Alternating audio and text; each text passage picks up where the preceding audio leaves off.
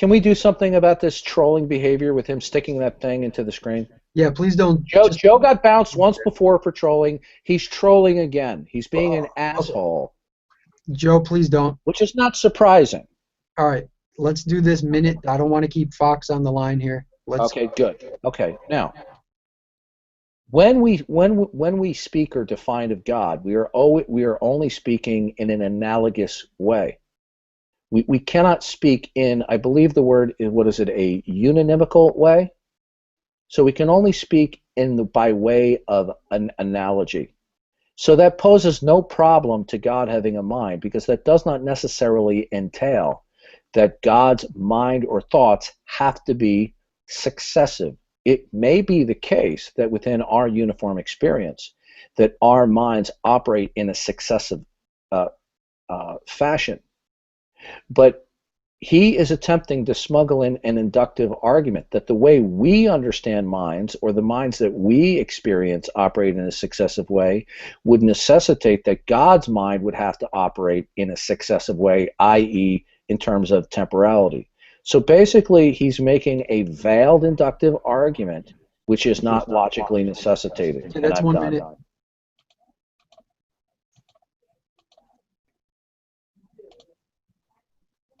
Fox, if you're there, you got a minute.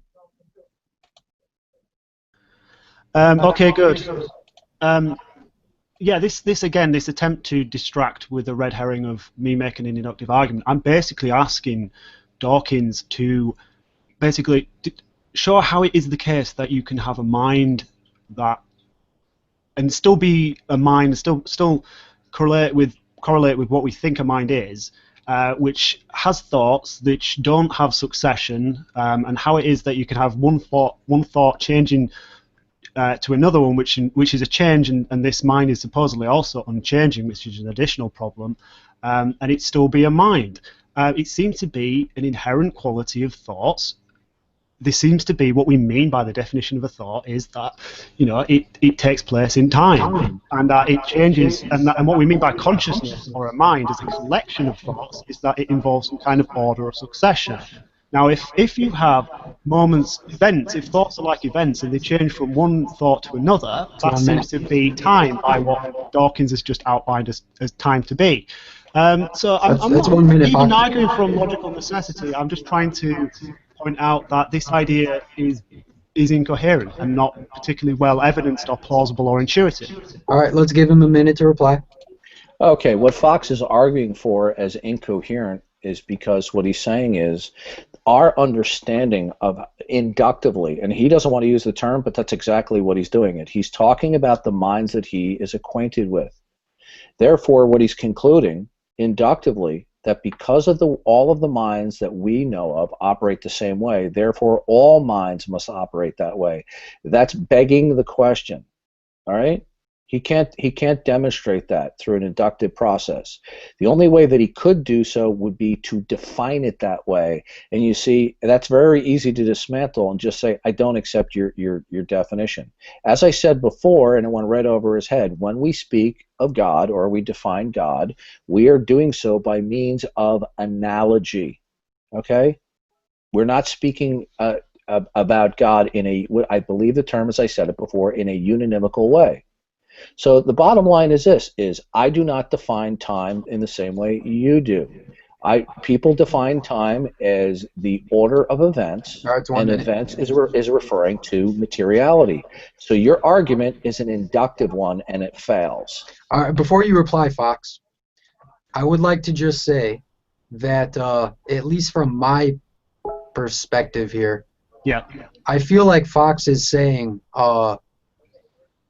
how then would you describe? I feel like, Dawkins, that you're talking about time, but I feel like Fox is talking about, okay, if he's outside of time, how does he have these thoughts and such? Okay, my point is, I don't know if you were exactly answering his question.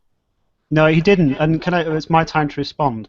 Again, I'm not arguing from induction. I'm arguing. Well, my argument is that. You know, Dawkins talks about analogy. It seems to me that there's a fundamental disanalogy with what we mean by minds, right? Which is that they have temporal succession. to temporal succession of thoughts. He says that time is an order of events. Okay, well, thoughts are distinct, discrete states. You might call them events. It seems that a succession of thoughts would be a succession of events, which would be temporal. So, in a way, by his own definition of time, it seems to be that if he wants to say that God has timelessly a succession of thoughts, that would invoke time. It's incoherent. Now, if he wants to say that God doesn't have thoughts, now I would find that to be even worse, because I mean, thoughts seem to be an inherent component of mind, right? Then maybe he could go down that direction, but he's not doing that. He's sticking to his guns and saying that God has thoughts. Somehow he has a succession of thoughts outside of time, but at the same time, time is a succession of events. Okay, so that's 1 minute. They're events, and events are discrete states of affairs. Okay. Thoughts are a discrete state of affairs. Okay. A series of events is a discrete Fox, series that's of 1 minute, bro. states That's of 1 affairs. minute. Okay, That's 1 sorry. minute. Okay, good. Okay, let's let him just reply. How about this? After he replies, then I'll just open it up for both of you. Yeah, again, he's doing the same thing again. He's using an inductive argument in the way he understands minds operating. Either he's going to be doing so definitionally, or he's going to be doing so experientially. All right? It's that simple. It's either or both. Now, the fact of the matter is, one could posit the idea that all of God's thoughts neither precede or occur after, that they are all, I'll use the term simultaneous, although some people might object to that term, that they are concurrent. Neither one precedes or comes after. So that would not pose a problem.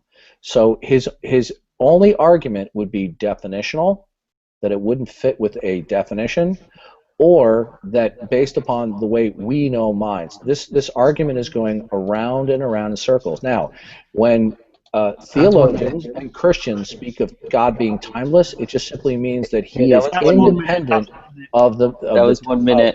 That was 1 minute. Material succession. Okay, 1 minute, well, bro. one of the big problems is that Dawkins has just said that God's thoughts could be simultaneous. Now, put aside for the fact that this doesn't seem to be what a mind is. It's some kind of simultaneous.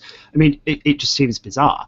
Simultaneity seems to presuppose time. How do you have atemporal simultaneity? This doesn't make any sense. It just makes the problem worse. And I don't know how many times I have to keep saying this is not an inductive argument. At no point have I made an argument saying something along the lines of, you know, all known minds are temporal, therefore every mind is temporal. I have not said that. What I'm saying is it's his burden of proof to show me how something can be a mind, have succession of thoughts, which seems to be what we mean by the term mind, and it to be atemporal or timeless. He hasn't done that. He just keeps accusing me of either begging the question of what time means. I mean, we didn't get any response to my suggestion that, you know, he even defines time as a series of discrete states of affairs, what he calls events, and I say, well, a mind is a series of thoughts which are discrete states of affairs. So it seems to me that a mind, by his own lights, would presuppose time. Hey Fox, we're not doing the 1 minute thing now. So Okay. feel free to, Yeah. But look, I wanted to say something. I'd like a chance to respond. Yeah, sure. But just, Hang on. I just want to say something real quick. In a few minutes, this wasn't the original intent of this hangout, so I'm gonna want to interject in a minute or so or a few to get back to the point of what the hangout was. But feel free to have your your back and forth for now. But I just want to let you know I want to jump in at some point and do what the main point of the hangout was. Well, no, you had your chance. It's my turn to speak. Oh, okay? You were given. Fox, you're being very rude. Hey, by the way, thanks for letting me cut in. Yeah, it's my turn. Okay, so basically what Fox is doing is he's regurgitating the very same thing that he has said 3 times over, and I will say what I said over again. His argument is either definitional and base, or it would be an inductive from his from his observation or experience. He said, this does not seem right because of the way we understand minds to operate. That would be an inductive argument, unless he wants to otherwise say this is how it's defined. He would then have to argue that his definition is the only correct one. The fact of the matter is, it is certainly possible for God to have all thoughts being concurrent. Now, I don't know that that's necessarily the case, but it may be. And all such definitions and descriptions of God are in the form of an analogy. All theologians recognize this. Yes, but the problem is with I'm not done yet. Well, hurry up. I'm not done yet. Hurry up. Hey, Okay, you could be a jerk to me, but Fox has been nothing but nice. I'm not done yet. Okay, good. He's been nothing but nice. Don't be a jerk to him. Shut your mouth, Joe. Don't be a jerk to him. Joe, shut up. Let me do the muting. Let me do the muting, please. Otherwise, I could. Okay, well, tell Joe to shut his fat trap. Joe, please let them. Yep, you got to say shut your fat trap to me. No, Joe, this is not the transvestite room. The obnoxious one comes Oh, on. fuck off. All right, Fox. Transvestite room. Hey, Fox and Dawkins, you guys, feel free to have a back and forth. Dawkins doesn't want to be interrupted, but Fox wants you to hurry up. So yeah. Obviously, they took this for the transvestite room. In the meantime, I just want to let everyone. Really classy Hold there. on. All right.